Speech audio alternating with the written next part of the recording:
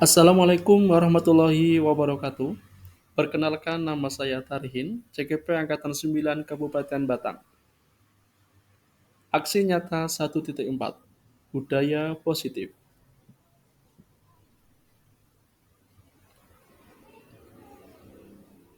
Penyebaran pemahaman kepada rekan guru di SD Negeri Pangempon, Kecamatan Bawang, Kabupaten Batang. Assalamualaikum warahmatullahi wabarakatuh. Alhamdulillahirrahmanirrahim. Puji syukur kepada Allah Ta'ala yang telah melimpahkan nikmat kita semua. Yang pertama, yang terhormat Bapak Nasution selaku Kepala Sekolah di Pangempon. Yang saya hormati Bapak Ibu Guru di Pangempon, ucapkan terima kasih atas kehadiran di sini. Sudah meluangkan waktunya untuk bisa hadir sehingga dapat melaksanakan kegiatan diseminasi dari saya. Sebelumnya sekali lagi saya ucapkan bersyukur kepada Allah Ta'ala yang telah melimpahkan kenikmatan kepada kita semua sehingga pada pagi ini kita masih diberi kesehatan. Salam dan kita surga pada Nabi Muhammad SAW yang kita nantikan sejak tujuan lahir, dan mudah-mudahan kita semua tergolongnya sehingga telah pantas mendapat syafaat dari Allah. Amin. Lagu yang saya hormati, perkenalkan nama saya Tarihin, CGP Angkatan 9 Kabupaten Batang. Dalam pertemuan kali ini saya akan memberikan materi yaitu tentang budaya positif, Bapak Ibu. Tentang budaya positif. Jadi budaya positif itu kebiasaan-kebiasaan positif yang kita lakukan dalam kehidupan sehari, terutama kalau kita sebagai guru adalah di lingkungan sekolah seperti itu.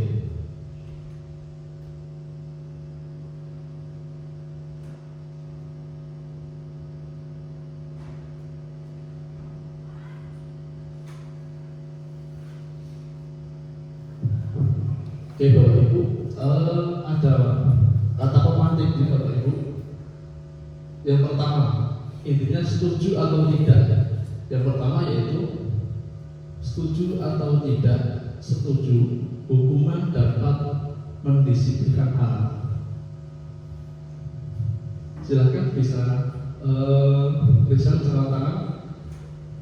Bu Nafi mungkin setuju atau tidak Bu Nafi? Hukuman dapat mendisiplinkan anak. Tergantung hukumannya. Hukumannya bagaimana kira-kira yang setuju? Hukuman yang membuat anak itu jelas Jelas. tidak mengulangi kesalahannya. Oke, mungkin ada pendapat lain atau mungkin tidak setuju? Bu Vera mungkin Kalau saya tidak setuju hukuman. tidak setuju dengan hukuman. Oke, sekarang materi kedua, pemberian hukuman dengan hal positif seperti membaca atau membersihkan halaman sekolah dapat mendisiplinkan, dapat meningkatkan disiplin anak. Setuju atau tidak? Hukuman tetapi ini positif, dapat apa tadi? Anak terlambat misalkan disuruh membaca buku, kemudian selain membaca buku mungkin disuruh bersih-bersih kelas. Boleh tak mungkin setuju tidak boleh tak? Kalau menurut saya setuju ya. Setuju.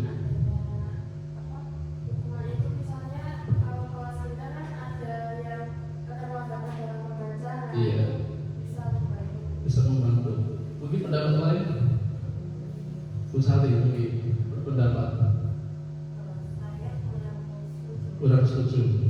Alasannya Bu? alasannya hukuman, mungkin kata-katanya kayak hukuman itu terlalu bagaimana gitu. Iya, meskipun positif karena hukuman tidak dapat dilaksanakan harus seperti itu mungkin ya. Oke, sekarang ketiga, setuju atau tidak memberi penghargaan. Ini tadi hukuman sudah ada hukuman positif, mungkin tadi membaca kemudian membersihkan. Sekarang yang ketiga, setuju atau tidak memberi penghargaan dapat meningkatkan motivasi belajar anak. Ini kadang sering dilakukan kita ya, memberi penghargaan. Mungkin misalkan, siapa yang bisa berada di depan kelas yang rapi nanti akan saya beri hadiah 1 buku misalkan. Itu kan termasuk penghargaan. Kira-kira setuju atau tidak? Tidak setuju. Setuju, ada setuju atau tidak? Oke, nanti kita akan bahas ini. Setuju atau tidak, sesuai tidak dengan kurikulum kita, yaitu kurikulum Merdeka Belajar. Karena memang untuk kurikulum baru ini, kalau menurut saya itu banyak bertolak belakang dari pemahaman saya waktu ketika kuliah. Ada di situ teori behaviorisme tentang hukuman dan punishment diperbolehkan. Kemudian di dalam kurikulum baru kita ini, kurikulum Merdeka, sepertinya mengarah ke kurikulum humanistik seperti itu. Jadi benar dan tidaknya karena itu sudah menjadi program, mungkin ya kita bisa menyesuaikan dengan itu. Meskipun banyak teori-teori yang sejak kita kuliah itu didalami, beberapa teori yang diterapkan, tetapi di teori pembelajaran kurikulum Merdeka kita lain. So nanti kita bahas bareng-bareng terkait hal ini. Oke, nanti akan terjawab dari 3 ini setelah kita membahas materi berikutnya, Bapak Ibu.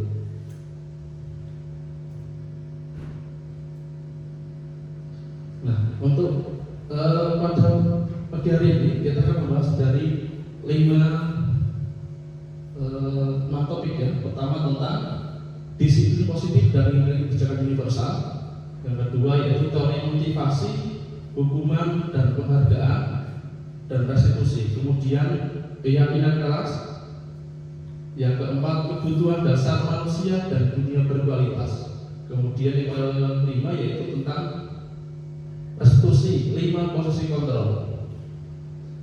Nah ini nanti yang posisi kita sebagai guru, kalau ada anak yang melanggar atau tidak sesuai dengan keyakinan kelas, hendaknya kita bagaimana. Ini namanya posisi 5 posisi kontrol ini. Kemudian menerapkan segitiga restitusi. Ini yang kita bahas Bapak Ibu. Yang pertama yaitu tentang disiplin positif dan nilai universal, kebijakan kebajikan universal. Oke Bapak Ibu, saya minta bantuan 2 orang guru. Nanti yang satu berperan sebagai A, yaitu menggenggam tangan seperti ini. Yang satunya berarti merayu. Jadi posisi yang A menggenggam tangan seperti ini. Nah kemudian yang B bisa membujuk, bisa mengancam, mungkin buka tangannya misalkan. Kemudian menghardik, bisa merayu dan ini siapa yang bisa merayu. Kemudian menyuap, buka tangannya, saya kasih uang 1.000 misalkan. Kemudian apa saja yang dapat membuka kepala tangan itu misalkan, bisa. Bagaimana kalau satu itu bagaimana ya? 1, 2, tidak ada nanti kalimat dibuka itu kebuka semua seperti itu. Jadi saya minta bantuan 2 orang, mungkin yang agak kuat.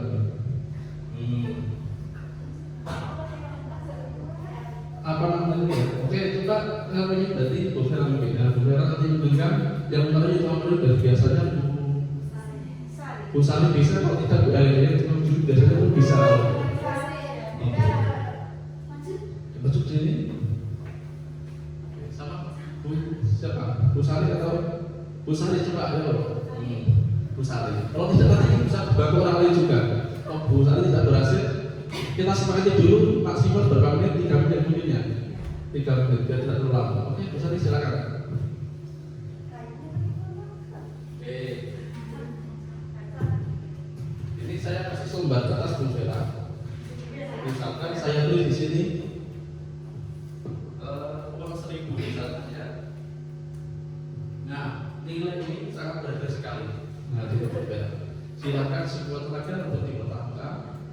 Kalau misalnya dilepas, silakan dilepas. Digenggam sekuat tenaga Bu Vera. Silakan Bu Sari merayu. Oke. Intinya sampai ini berperan bagaimana saja agar Bu Vera ini dapat membuka tangan. Iya. Terserah. Yang penting intinya tangan ini bisa terbuka.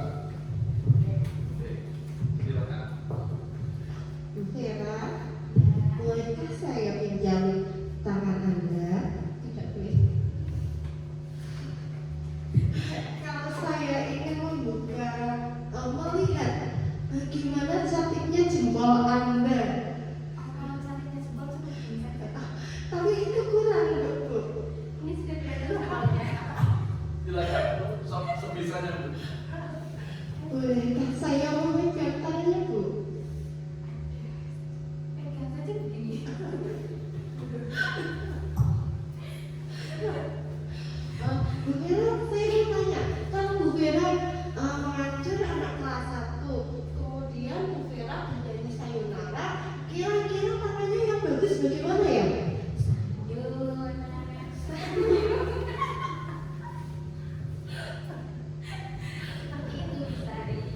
Sepertinya sulit, Pak. Bu Eli mau coba melayunya? Apa kita cukupkan? Oke, terima kasih Bu, tepuk tangan untuk Bu Sari sama Bu Vera. Oke, Bapak Ibu, berarti ilustrasi barusan ini adalah menggambarkan tentang kontrol seseorang. Ya, tadi sudah dirayu sama Bu Sari, sudah dirayu, mau dianggap juga besok nari juga. Ternyata Bu Vera tetap gagah untuk tidak bisa membuka tangan. Nah, Bapak Ibu, pelajaran apa yang dapat tadi kita dapatkan? Yang pertama yaitu ilustrasi kontrol, Bapak Ibu. Biasanya adalah kita itu selalu mengontrol murid dengan cara paksaan, dengan cara hukuman supaya anak itu menurut. Tetapi pada dasarnya anak itu memiliki kontrol masing-masing, sehingga sebetulnya kita itu tidak dapat mengontrol seseorang. Ketika tadi Bu Vera itu mau membuka, itu berarti Bu Vera sedang melepaskan kontrolnya untuk dikuasai oleh Bu Sari. Seperti itu. Kadang-kadang misalkan kita membuat peraturan, anak itu kadang-kadang bisa tertib, tetapi karena itu bentuknya paksaan, sehingga pasti ada efek jernih ke belakang. Seperti itu. Jadi pada dasarnya manusia itu tidak bisa dikuasai oleh orang lain. Seperti itu, Bapak Ibu. Kemudian ilusi kedua itu bahwa kritik dan membuat orang merasa bersalah dapat membuat orang merasa bersalah, dapat mengeluarkan karakter. Ini biasanya seperti itu. Kemudian yang ketiga yaitu bahwa semua penguatan positif efektif dan bermanfaat. Yang berikutnya yaitu bahwa orang dewasa memiliki hak untuk memaksa. Nah, ini yang sering kita lakukan, termasuk mendidik anak di rumah. Kadang-kadang kita sebagai guru masih sering memaksa anak untuk melakukan sesuatu yang sejatinya anak itu tidak menginginkannya. Jadi itu Bapak Ibu.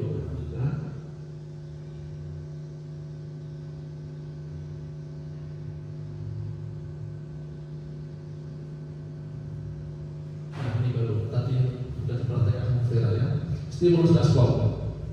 Kita mencoba mengubah agar berpandangan sama dengan kita. Kadang-kadang kita itu memaksakan orang lain biar sependapat dengan kita. Tapi pada nilai kontrol seseorang, sejatinya kita berusaha memahami pandangan orang lain tentang dunia. Artinya kita tidak bisa diajak seseorang untuk sepaham dengan orang lain. Itu tidak bisa. Kemudian yang kedua, perilaku buruk dilihat sebagai suatu kesalahan. Sudahkah seperti itu? Seringkali ya kita seperti itu. Kemudian teori kontrolnya yaitu semua perilaku memiliki tujuan. Artinya kadang-kadang misalkan anak-anak ada yang menyimpang, berarti kita tidak selalu menyalahkan, tetapi kita gali dulu apa alasan anak itu berbuat. Kemudian orang lain bisa mengontrol saya. Di Bu Vera sudah seperti ini. Mau dikontrol sama Bu Sari disuruh membuka, tetapi nyatanya tidak bisa. Artinya hanya Anda yang bisa mengontrol diri Anda. Berarti kita tidak bisa dikuasai orang lain. Ketika kita mau membuka, berarti disuruh menyanyi sayonara, berarti itu kita sudah melepaskan diri kita untuk bisa dikuasai. Berikutnya yaitu saya bisa mengontrol orang lain. Bahwasanya sebetulnya Anda tidak bisa mengontrol orang lain. Kemudian pemaksaan ada pada saat rujukan yang gagal. Teori kontrolnya yaitu kolaborasi dan konsensus penciptaan pilihan-pilihan baru. Ini yang disebut dengan resolusi nantinya. Kemudian model berpikir menang dan kalah. Kadang-kadang kita berpikir ada menang dan kalah, tapi sebetulnya manusia itu selalu memiliki kontrol emosi bahwa kita harus selalu menang. Seperti itu.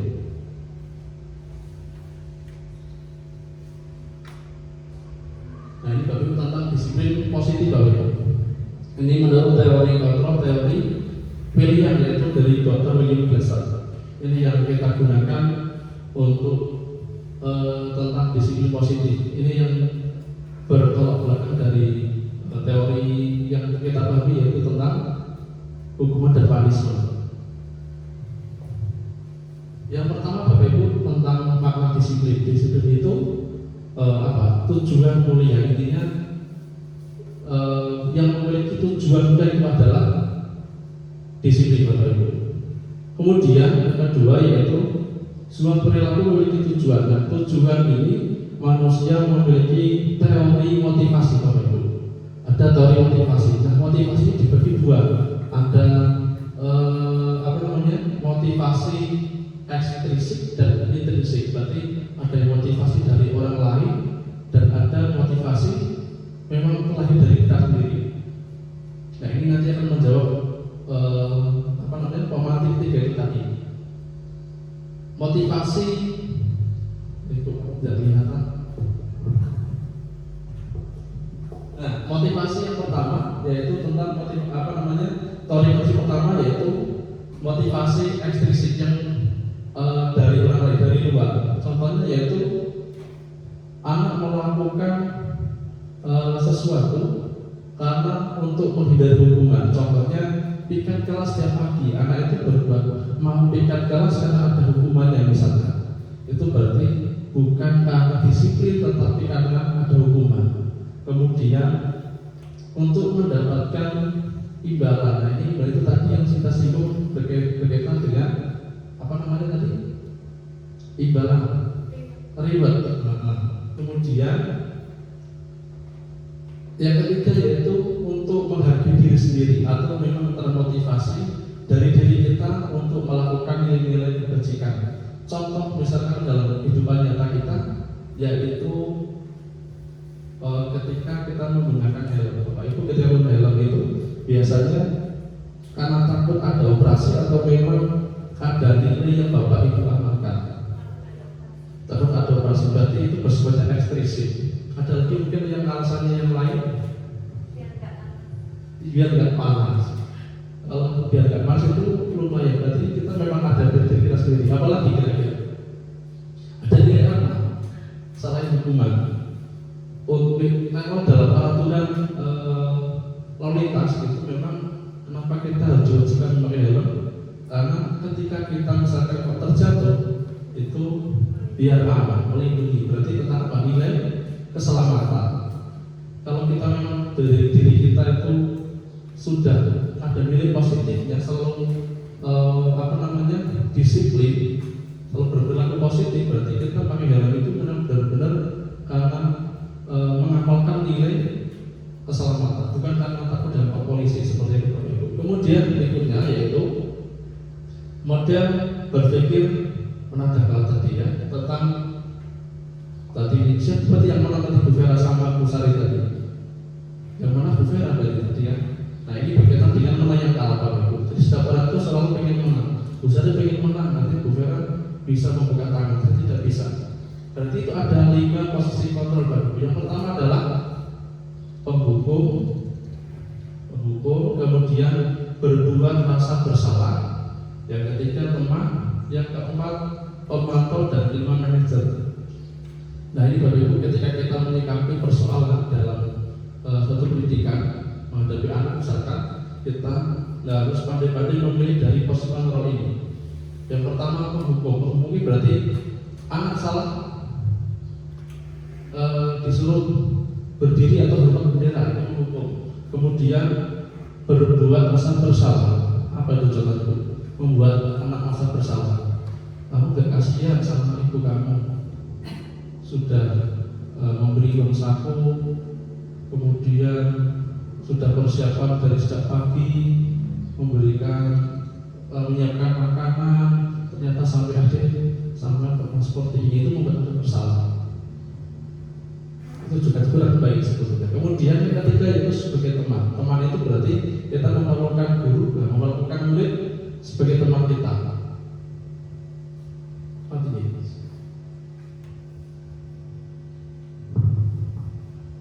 Kemudian Pemantau itu misalkan anak yang telat menulis kemudian tidak beristirahat terlebih dahulu, anak terus menyelesaikan menulis kemudian baru disuruh istirahat, itu pemantau.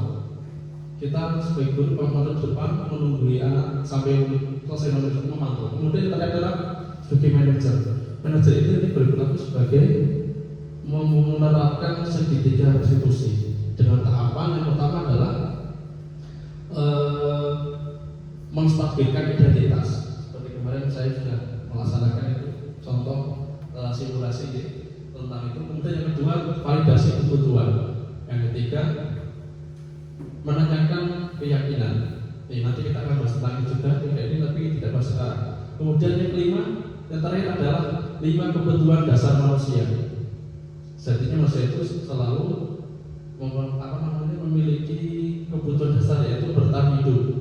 Yang kedua penguasaan, Bapak Ibu, ingin menguasai orang lain termasuk. Kemudian kasih sayang dan rasa diterima. Yang keempat yaitu tentang kesenangan. Yang terakhir adalah kebebasan. Oke, saya lanjutkan lagi Bapak Ibu.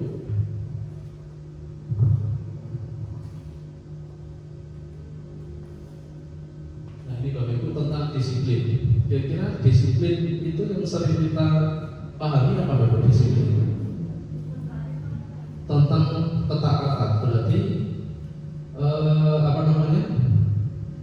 selain ketaatan apa kira-kira Bapak Ibu? Kira-kira yang disiplin apa kira-kira? Sesuai dengan aturan. Nah, oke Bapak Ibu, disiplin itu sebetulnya artinya belajar dari kata disiplina yang artinya belajar. Nah, sehingga Bapak Ibu makna dari kata disiplin ini berkonotasi dengan disiplin dari murid-murid apa itu? Socrates dan Plato ya. Disiplin ini sebetulnya untuk membuat orang menggali potensi menuju sebuah tujuan apa yang dia hargai. Itu sebetulnya Bapak Ibu disiplin ya, termasuk membiasakan budaya positif itu tadi.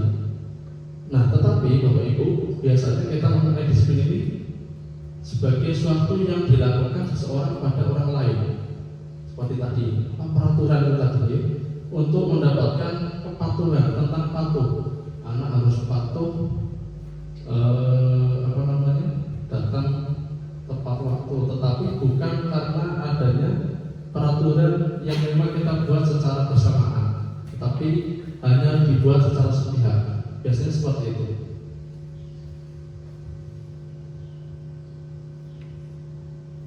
Nah, Bapak Ibu, ini nilai-nilai kebajikan universal ini sudah tertuang dalam kurikulum Merdeka, yaitu intinya adalah anak itu dapat berkarakter profil Pancasila. Ini adalah nilai kebajikan, berarti nilai-nilai yang harus kita laksanakan. Yang pertama adalah beriman, bertakwa kepada Tuhan Yang Maha Esa. Yang kedua yaitu tentang mandiri, terus bernalar kritis, berpikiran global, berbuat toleran dan kreatif. Ini nilai-nilai yang akan kita capai, kita selalu upayakan untuk kita terapkan di sekolah kita. Ini Bapak Ibu, kita akan bahas selanjutnya yaitu tentang teori motivasi, hukuman dan penghargaan dan restitusi. Kita membedakan mana motivasi, hukuman dan penghargaan dan restitusi Bapak Ibu. Yang pertama Bapak Ibu, untuk motivasi perilaku manusia, biasanya kadang-kadang kita melakukan sesuatu itu karena untuk menghindari ketidaknyaman atau karena ada hukuman. Kita disiplin karena adanya hukuman. Ini termasuk tadi kita bahas itu tentang motivasi eksternal. Yang kedua yaitu untuk mendapatkan imbalan. Jadi kalau anak-anak itu rajin belajar tapi karena pengen imbalan, itu juga masih motivasinya masih motivasi eksternal, sehingga motivasi eksternal ini hanya berlaku semu, artinya tidak dalam jangka panjang. Tetapi yang kita harapkan itu pendidikan kurikulum Merdeka nantinya dapat melaksanakan motivasi perilaku anak itu untuk menghargai diri sendiri. Jadi memang belajar itu ya rajin karena terlahir dari pendosaan diri kita sendiri, bukan karena adanya hukuman, bukan karena adanya motivasi dapat imbalan seperti itu.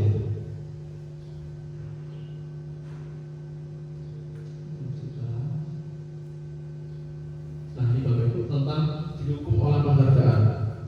Dihukum oleh penghargaan. Penghargaan ternyata menghukum Bapak Ibu. Contoh Bapak Ibu. Nah, bahwa penghargaan ini berlaku sama dengan hukuman. Setuju tidak Bapak Ibu kira-kira? Penghargaan itu kalau menghukum ya, padahal kita sering seperti itu. Tetapi harapannya untuk di kurikulum Merdeka ini kita nanti bisa merubah visi kita sesuai dengan kurikulum Merdeka, kemudian pembelajaran sesuai kurikulum Merdeka, termasuk perilaku disiplinnya harus sesuai dengan ini. Itu harapan Bapak untuk kurikulum Merdeka itu. Meskipun kadang-kadang kita dalam BTEK memang belum tuntas, sehingga harapannya nanti kepada Bapak ada yang ikut CKP juga, sehingga bisa menemukan apa yang memang diharapkan dari kurikulum ini Bapak Ibu. Nah, lagi hubungan dengan penghargaan ini menurut teorinya Al-Fiqh ini bersama. Dalam arti meminta atau membujuk seseorang melakukan sesuatu untuk memenuhi suatu tujuan tertentu dari orang yang meminta membujuk. Berarti kan seperti hampir sama dengan bujukan itu ya. Nah, pengaruh jangka pendek dan jangka panjang. Kalau dihukum dapatkan itu berarti sama, kan berlaku pendek, tidak jangka panjang. Karena anak itu ketika motivasinya hilang, misalkan karena tidak diberi hadiah lagi, contoh misalkan ketika kelas 1 dengan Bu Nafi, siapa yang dapat baris dapat beri hadiah. Ketika Bu Nafi tidak masuk, misalkan saya yang menggantikan sebagai guru kelas 1, saya lupa karena tidak bisa memberi hadiah, kadang-kadang anak itu tidak mau untuk tertib lagi. Seperti itu Bapak Ibu. Makanya diterjemahkan adalah hukuman sama dengan penghargaan. Kemudian penghargaan yang menghukum seperti itu. Kemudian penghargaan tidak efektif Bapak Ibu karena berlaku semu. Kemudian penghargaan merusak hubungan. Ketika tidak ada penghargaan maka hubungan kita mulai menekan seperti itu. Nah, penghargaan dapat menurunkan kualitas. Penghargaan mematikan kreativitas. Karena anak itu tidak bisa berkembang sesuai dengan apa yang dia inginkan, tetapi akan mencapai sesuatu dengan apa yang mereka inginkan, seperti itu.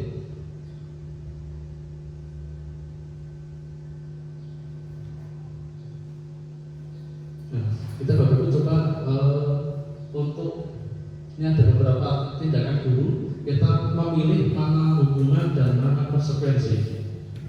Yang pertama Bapak Ibu yaitu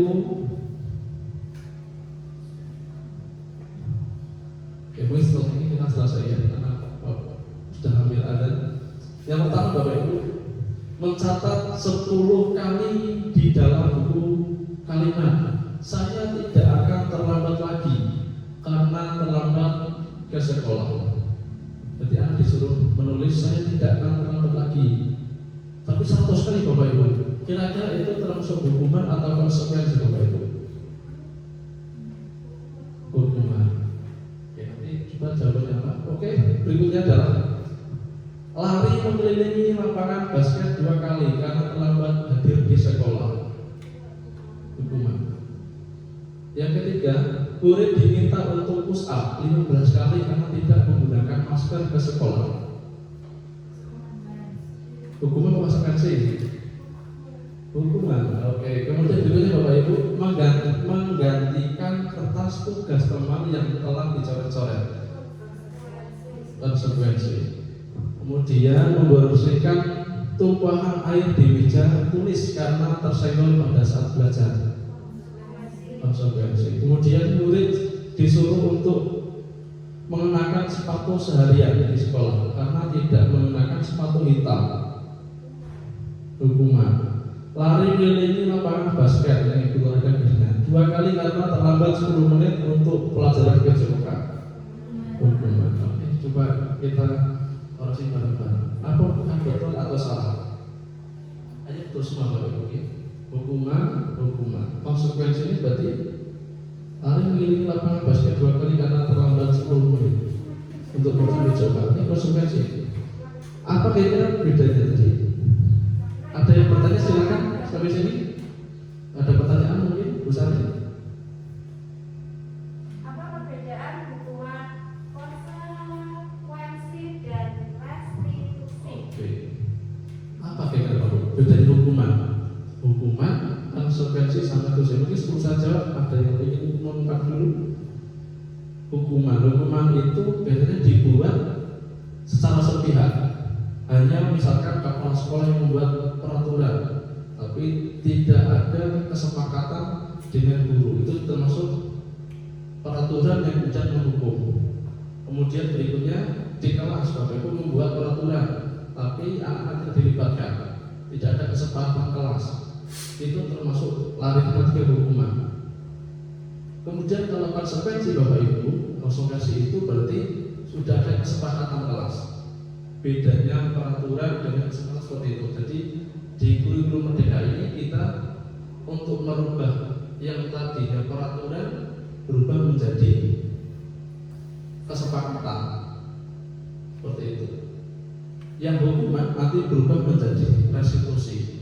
Restitusi itu bedanya ini Bu. Hukuman itu kan tadi kita lihat berarti akibat dari peraturan yang secara sepihak. Kemudian anak itu karena melanggar peraturan, maka anak itu akan disuruh diberi seperti tadi misalkan disuruh menulis yang tidak tertera dalam kebijakan kelas, tidak ada di peraturan kelas, itu hukuman. Kalau konsekuensi itu sudah kesepakatan. Ketika terlambat 15 menit, berarti konsekuensinya apa? Kita bersepakat dengan anak. Oh siapa? Kalau misalkan satu terlambat 5 menit, saya misalkan membaca buku, itu berarti kalau sudah ada kesepakatan, berarti namanya konsekuensi. Itu beda seperti itu. Nah, kalau restitusi itu kalau hukuman misalkan anak itu terlambat diberi hukuman hanya secara sepihak guru yang menentukan. Tapi kalau restitusi anak itu bisa memilih. Misalkan anak itu salah ketika misalkan main dengan temannya di dalam lepas ke penik ini maksudnya kancing baju. Nah, kita itu tawarkan seperti menerapkan segitiga restitusi. Apakah betul sama itu tadi bertekad dengan ini? Ya Pak, betul, itu berarti validasi. Kemudian kenapa kamu melakukan kesalahan itu? Nanti anak tadi itu hanya bercanda Pak seperti ini, itu berarti data kedua. Yang terakhir berarti adalah anak untuk memilih, itu restitusi. Kira-kira kalau kamu tadi buat seperti itu, konsekuensinya, kira-kira bagaimana cara menyelesaikan masalah ini? Ya Pak, saya siap untuk membetulkan kancing teman yang tadi lepas. Berarti anak itu memilih, itu berarti restitusi. Seperti itu bedanya hukuman dengan restitusi. Kalau menghukum berarti tidak tertulis formulir anak disuruh lari, itu berarti hukuman. Kalau konsekuensi berarti anak sudah ada kesepakatan terlebih dahulu. Kalau restitusi anak itu memilih. Seperti itu Bapak Ibu.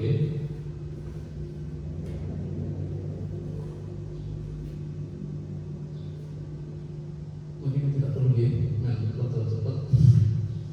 Nah ini Bapak Ibu, restitusi. Restitusi adalah proses menciptakan kondisi bagi murid untuk memperbaiki kesalahan mereka sehingga mereka bisa kembali pada kelompok mereka dengan karakter yang lebih kuat. Restitusi juga merupakan proses kolaboratif yang mengajarkan murid untuk mencari solusi untuk masalah mereka. Intinya di situ. Anak itu berarti kita sebagai guru berkolaborasi dengan anak, menawarkan kira-kira bagaimana penyelesaiannya. Udah anak memilih mencari solusi, itu namanya restitusi. Seperti itu Bapak Ibu. Harapannya berarti anak itu dapat membiasakan budaya positif, bukan karena hukuman tadi, karena hukuman kan ada agak jerahnya. Seperti itu Bapak Ibu.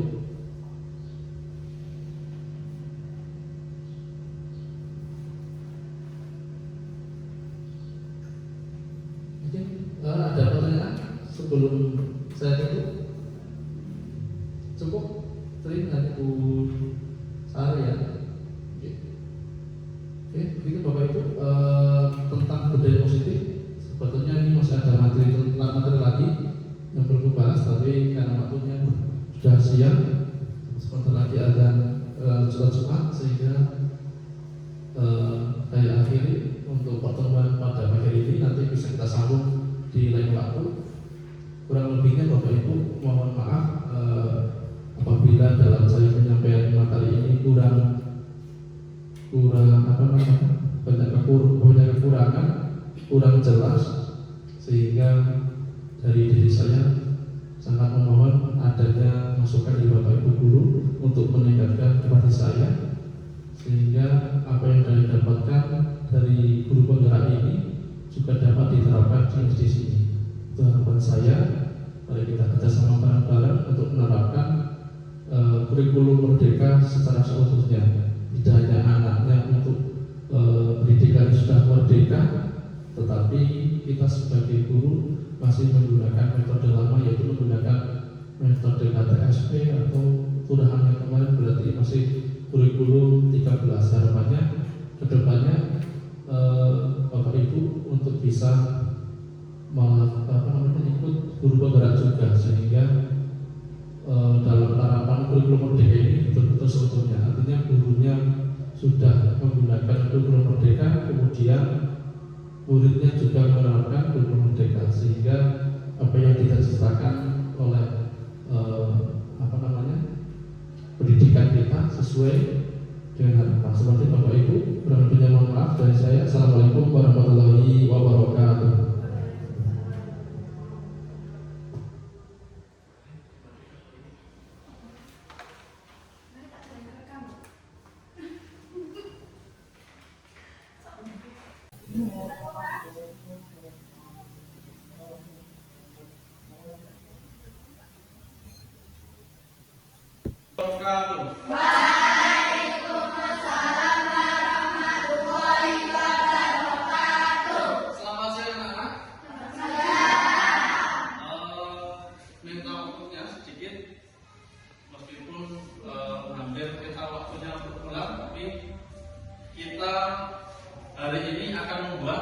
Keyakinan kelas. Ada yang tahu keyakinan kelas apa? Belum tahu. Oke, kalau dulu keyakinan kelas itu namanya peraturan. Tahu peraturan ya? Apa peraturan itu? Contohnya? Contoh, tidak boleh. Betul, tidak. Kalau dulu tidak boleh membuang sampah sembarangan, itu peraturan. Ada contoh lain? Contoh lain misalkan selain membuang sampah sembarangan, tidak boleh mencontek. Nah, tidak boleh mencontek. Tetapi untuk kurikulum merdeka kita berubah menjadi keyakinan kelas. Yang tadinya kalimatnya negatif menggunakan kata tidak boleh dan dilarang. Kalau keyakinan kelas kita ubah menggunakan kalimat positif. Berarti contoh kalau yang tidak boleh mencontek, tidak boleh mencontek. Berarti kalau kita ubah menjadi apa berarti? Selalu mengutamakan kejujuran. Nah, kalau misalkan yang tadi tidak boleh membuang sampah sembarangan, apa kalimat positifnya? Coba kita ganti apa? Buanglah sampah pada tempatnya. Itu yang kita ubah ya. Nah, contoh lain kira-kira apa coba Mas dulu? Apa coba Mas coba? Saling menghargai teman. Berarti kalau dulu apa? Tidak dilarang bullying gitu ya. Kemudian ada satu lagi Mas Akila mungkin. Kalau siapa mungkin yang ingin mengutarakan? Iya.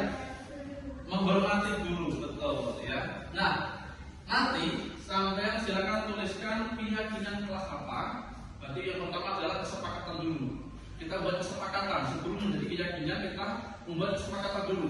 Kira-kira kesepakatan apa yang akan kita laksanakan di kelas kita termasuk di sekolah. Nah, nanti guru akan membagikan kertas 5 warna, ya 5 warna. Nah nanti kemudian saya menulis di sini, menulis keyakinan kelas apa yang pengen saya laksanakan. Jadi saudara silakan menuliskan satu keyakinan kelas. Kemudian ditanya di depan. Setelah di depan kemudian ditempel semua, kemudian nanti kita menjadi kesepakatan, menjadi keyakinan. Pertama kesepakatan dulu, baru keyakinan. Berarti setelah disepakati menjadi keyakinan. Nah nanti setelah ditulis, di semua kemudian saya akan membacakan, kemudian nanti kita tanda tangani bentuk bahwa kita telah musyawarah hari ini tentang keyakinan kelas menjadi kesepakatan. Paham ya? Biar nantinya peraturan itu atau keyakinan itu dapat dilaksanakan dalam kehidupan sehari, terutama di lingkungan sekolah. Paham ya? Kita bagian dulu di sebelah sini. Oke, sebelah sini warnanya pink ya. Silakan nanti ditulis. Nah, ditulis ulang ya. Biasanya sini warnanya biar beda. Warnanya hijau stabilo. Silakan ditulis.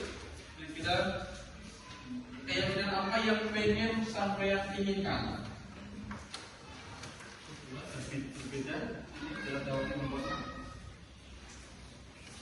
Silakan ditulis mas ya.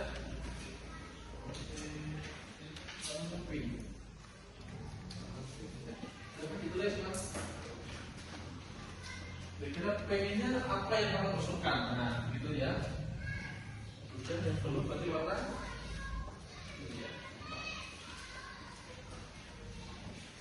Iya.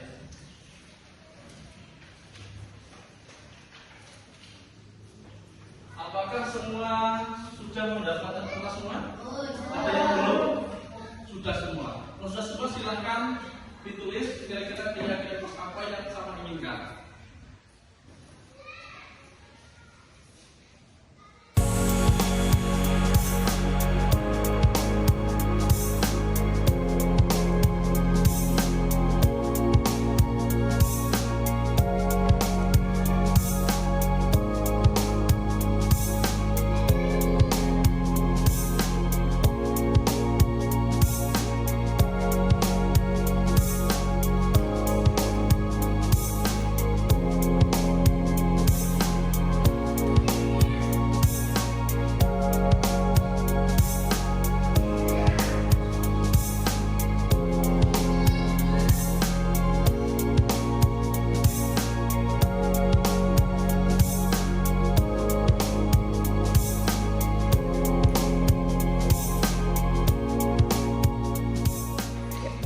Sudah menulis semua keyakinan kelasnya? Setelah ini kita akan coba kesepakatan. Silakan dari jarak jauh ini dulu kita silakan ke depan. Coba silakan. Ya sekarang ya. Tembak sebelah sini. Berarti yang lain di bawahnya. Ya silakan bawahnya.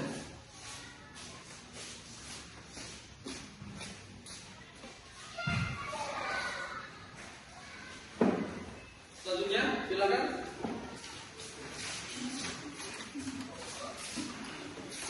Berarti sebelahnya, ya, sebelah sini.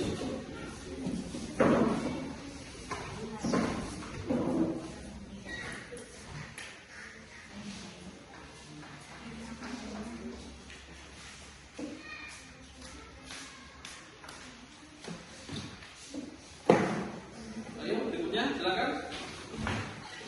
Ya seperti ini. Nah, ya. Seperti yang warna oranye dulu. Warna oranye siapa yang pakai warna oranye? Ya silakan tempat dulu warna oranye. Sudah.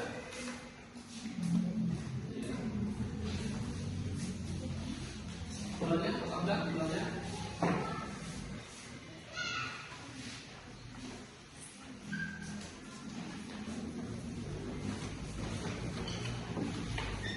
Berikutnya, silakan.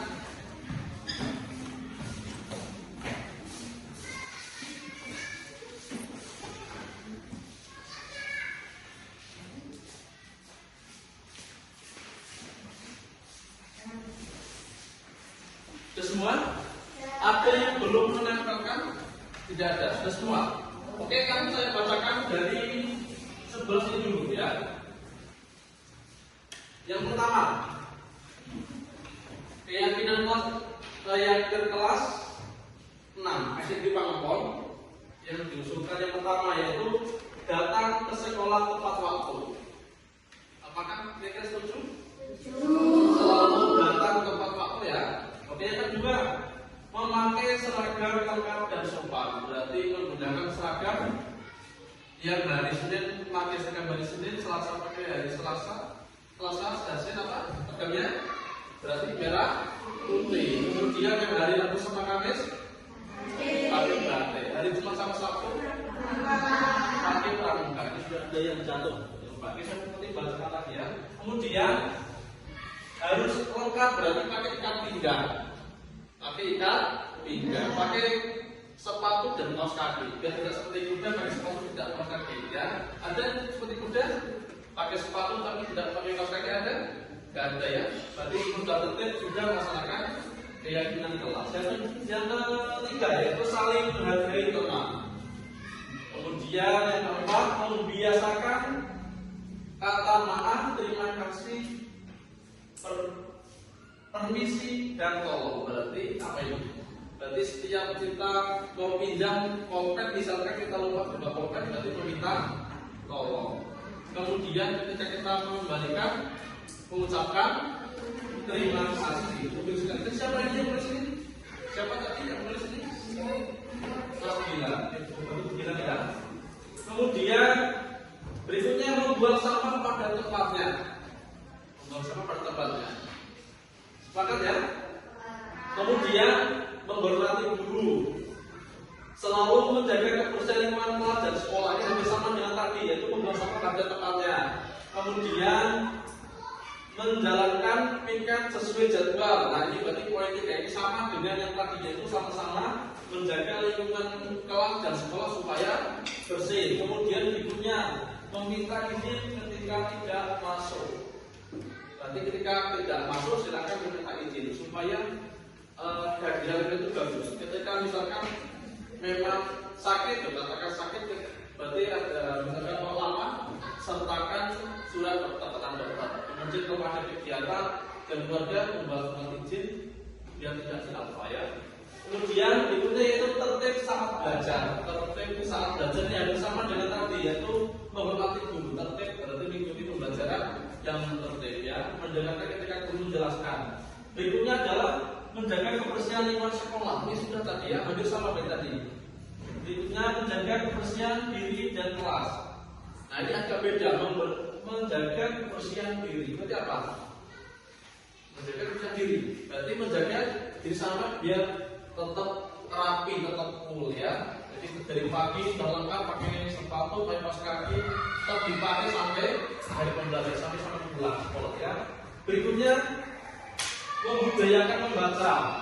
Nah, berarti sama memanfaatkan sudut baca yang sudah ada, silakan dibaca untuk menambah wawasan kalian.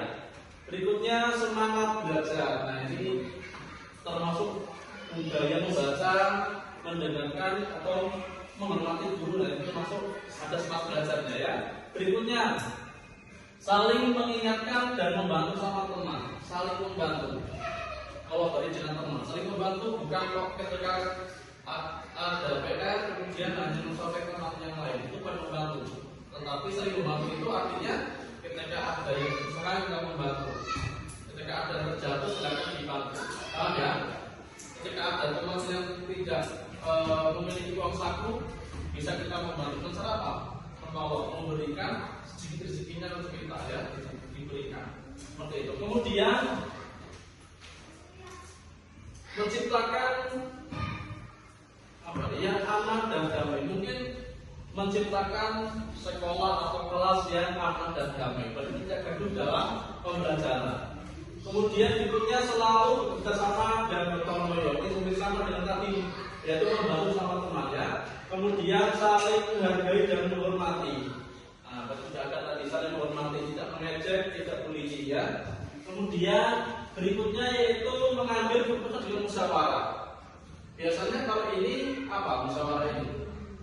Ketika kita membuat struktur organisasi, menentukan siapa ketua kelasnya, kita menggunakan musyawarah. Ya, siapa yang jadi ketua? Nah, ada yang 3 yang mengatakan ini jadi ketua, sehingga kita pilih. Kita menggunakan musyawarah. Ya, latihan demokrasi. Kemudian berikutnya adalah saling menjaga kebersihan kelas. Itu ngambil lebih banyak tentang kebersihan kelas ya. Terakhir itu tadi apa? Saling menjaga kebersihan kelas. Berarti kita simpulkan berarti intinya dari kedua poin ini membahas tentang satu kebersihan kelas dan lingkungan sekolah, saling menghormati dan saling menghargai. Kemudian datang tepat waktu, memakai seragam lengkap dan sopan ya. Kemudian membiasakan kata maaf, terima kasih, dan permisi. Tertib saat pembelajaran. Itu kira-kira kita simpulkan poin-poinnya tentang itu. Masalah ini berarti nanti kita sepakati. Apakah sepakat semua? Aku sepakat? Tidak ada ya. Kalau sepakat nanti silakan ke depan satu-satu kita tanda tangan bahwa kita keyakinan kelas ini sudah resmi atau berlaku, paham ya? Ketika sudah berlaku berarti wajib kita untuk menaati, paham ya? Nah, jadi keyakinan kelas ini adalah bentuk dari kesepakatan kelas yang kemudian setelah kita sepakati menjadi pedoman kita semua dalam di kelas maupun di sekolah. Guru dan murid harus sama-sama menjaga keyakinan kelas ini ya. Ketika tidak berarti ada konsekuensinya. Paham ya? Oke, silakan nanti ke depan satu-satu yaitu menandatangani atau mengesahkan keyakinan kelas ini. Oke, silakan nanti dari sebelah sana. Coba lagi saja. Oke, berarti setelah ini kita menandatangani kesepakatan. Tadi dari sebelah sana ya. Berarti menulis urutan nama tidak harus nama lengkap, belakang nama panggilan boleh, kemudian belakang tanda tangan. Paham ya? Oke, dari sebelah sana dulu dari Mbak Purva, silakan. Ya, sini Bapak. Kita tulis nama.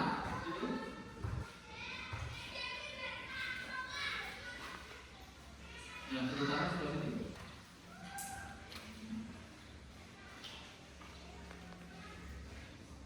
Oke, terima kasih. Sudah lanjutkan WA ya. Ini 2 ya.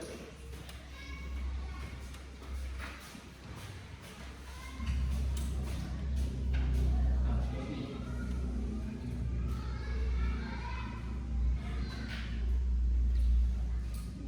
Ya.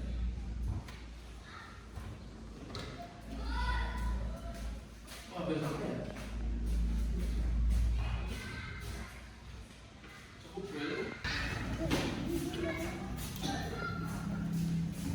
Coba pulpen nomor 3 seperti Mas bilang ini. Nomor tanda tangan sebelah sini. Berikutnya silakan Mas Heru.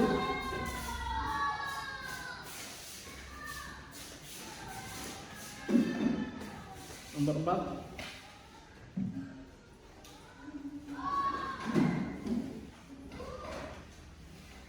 Tangan.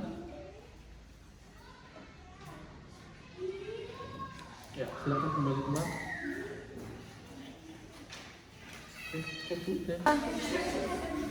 Oke, anak-anak, berarti kita sudah sepakat semua tentang keyakinan kelas kita.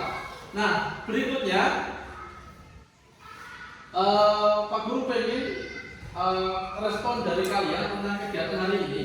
Yang pertama adalah bagaimana perasaan kamu saat membuat keyakinan kelas? Siapa yang ingin mengutarakan pendapatnya? Silakan. Iya, Mbak Ningsa, silakan. Kenapa nama saya Indonesia? Ya, saya sangat senang. Sangat senang. Oke, terima kasih Mbak Ningsa. Tepuk tangan untuk Mbak Ningsa.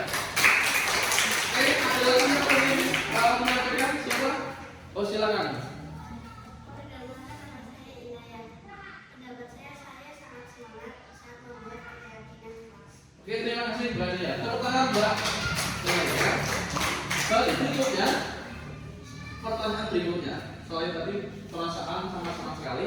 Nah, sekarang ya dong, apakah menurutmu pembuatan keyakinan kelas penting dilakukan? Apakah penting di kelas ini? Siapa yang ingin berpendapat silakan. Yuk, Mas Rehan, silakan. Kenalkan, nama saya Rehan Hamdan Maulana. Karena menumbuhkan rasa tanggung jawab. Ya, karena menunjukkan rasa tanggung jawab. Oke, terima kasih Mas Rehan. Tepuk tangan untuk Mas Rehan ya. Berikutnya ada lagi yang ingin berpendapat, silakan. Oh iya, Mas Suga silakan. Kenalkan, nama saya juga. Membuat kita lebih disiplin. Bisa diterima ya? Oke, terima kasih Mas Suga. Berikutnya, nah, menurutmu mengapa pembuatan keyakinan kelas sangat penting? Kenapa keyakinan sangat penting? Tadi sudah sampaikan tadi ya? Oke. Terima kasih anak-anak untuk pada ada belum? Belum saya bantu. Oke, silakan. Ada pendapat lain mungkin yang ingin menyampaikan? Oh, silakan Pak, silakan. Sampaikan kira-kira apa pendapat sampean? Mengapa keyakinan kelas sangat penting? Perkenalkan, nama saya India. Dapat lebih menghormati dan menghargai orang lain. Oke, dapat menghormati dan menghargai orang lain. Oke, terima kasih. Tepuk tangan untuk kita semua. Tetapi kesepakatan kelas ini kita sudah resmi, sudah kita sepakati dengan apa tadi? Kita membuat tanda tangan setiap satu anak ya. Berarti kita sudah sepakat.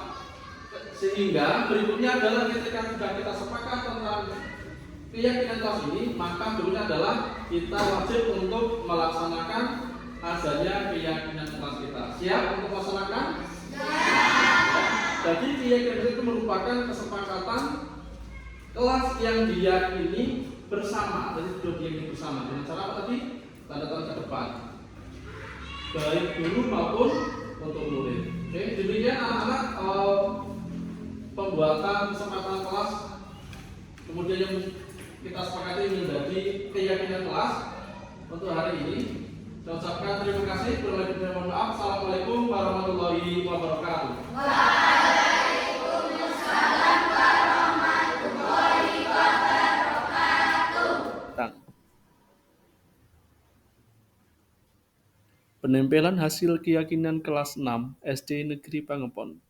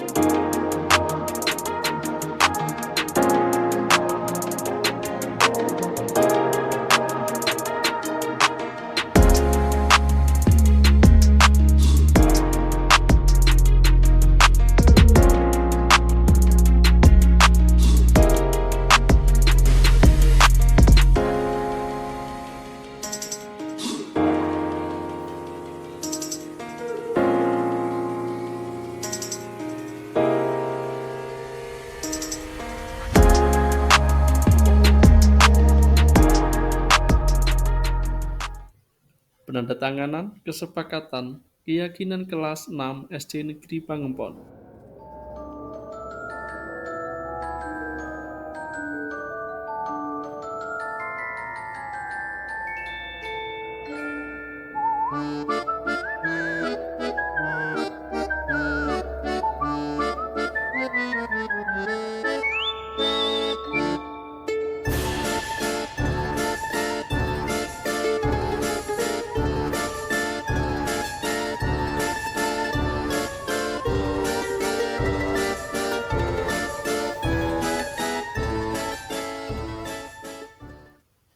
Pelaksanaan diseminasi atau penyebaran pemahaman kepada rekan guru dilakukan pada hari Jumat, tanggal 20 Oktober 2023, bertempat di SD Negeri Pangempon, Kecamatan Bawang, Kabupaten Batang, dan dihadiri oleh 5 rekan guru dan 1 kepala sekolah.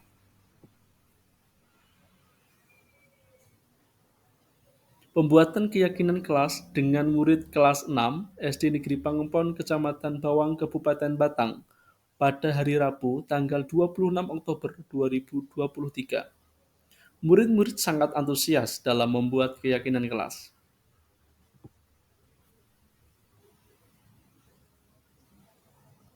Perasaan saya setelah melaksanakan aksi nyata ini merasa lebih bersemangat untuk melakukan perubahan yang lebih baik dan menerapkan pembiasaan budaya positif di SD Negeri Pangempon.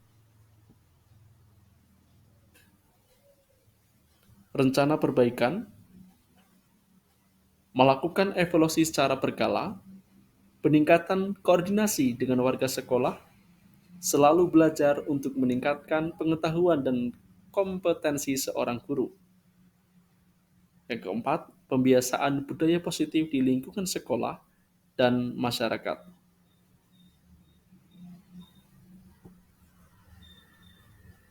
Demikian video dari saya. Saya ucapkan terima kasih. Salam guru penggerak.